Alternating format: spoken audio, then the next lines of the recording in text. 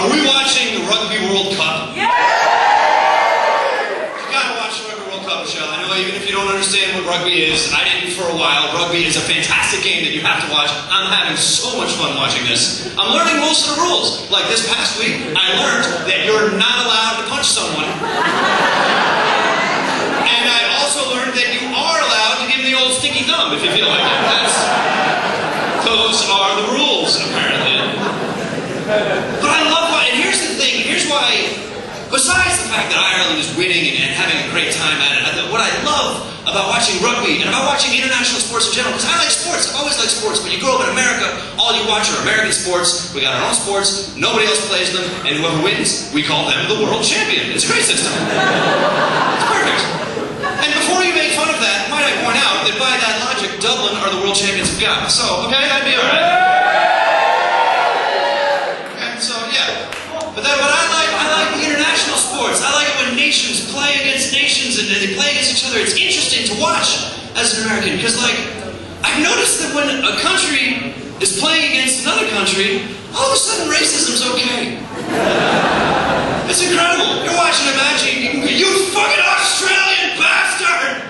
Like, you can't yell that on a bus. But if you're watching the match, then it's fine. I've also learned, this was a surprise to me, I never before realized how much the rest of the world, and I'm sorry ladies, they love watching England lose. Oh. You want to have some fun? Watch England crash out of a World Cup. That is a blast.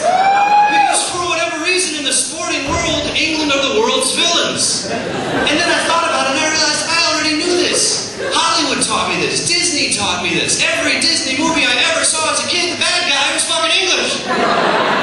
We all saw The Lion King. How did the lion in Africa wind up with an English accent?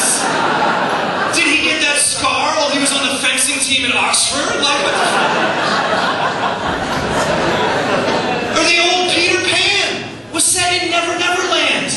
Third star to the right, straight on till morning. It's on another fucking planet where boats can fly and children never grow up, but guess who the bad guy is? Fucking English guy.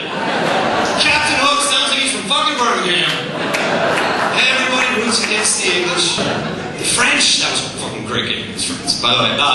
But the French, everyone are always oddly scared of France, because France, their national teams live up to their stereotype as well. They are mercurial and unpredictable and kind of scary. They're capable of world-beating brilliance. They're like a tortured artist who might be a genius, but not today, I'm not inspired. You know what I mean? That's why everyone's like, oh man, they're going to play New Zealand. If that was any other team playing New Zealand, they'd be like, well, they're toast, but it's France, they might win. Who knows? Who knows which Frenchman is going to get out of bed that day? Nobody ever knows because they are unpredictable. You can't count on them. And I think I know why.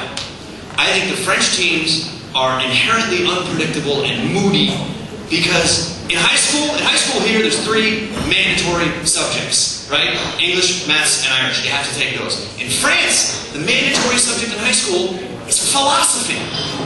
You have to take philosophy as a high schooler in France, and I don't think that's good for teenagers.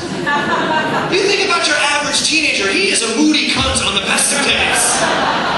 He's just filled with hormones and horrible sexual fantasies and shame. You can't layer the teachings of Nietzsche on top of that. Are you kidding me? He's going to grow up and wind up starting for the French national team. He'll wake up on the day of the big match and be like, but why? All consciousness is suffering. Why should I? I'm saying I'm really enjoying watching it, and no matter what happens on Sunday, everyone in Ireland has 2 thank you letters to write. The first is to Paul O'Connell for being a fucking legend.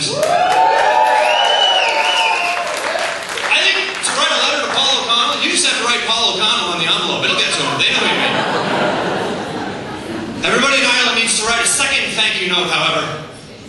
And that is to the staff at the bar in the departures lounge of Cardiff Airports. I was there last week. That place was a nightmare. A nightmare. Sunday afternoon, I'd win or lose. It's going to look like a tornado hit the Guinness factory. That's it.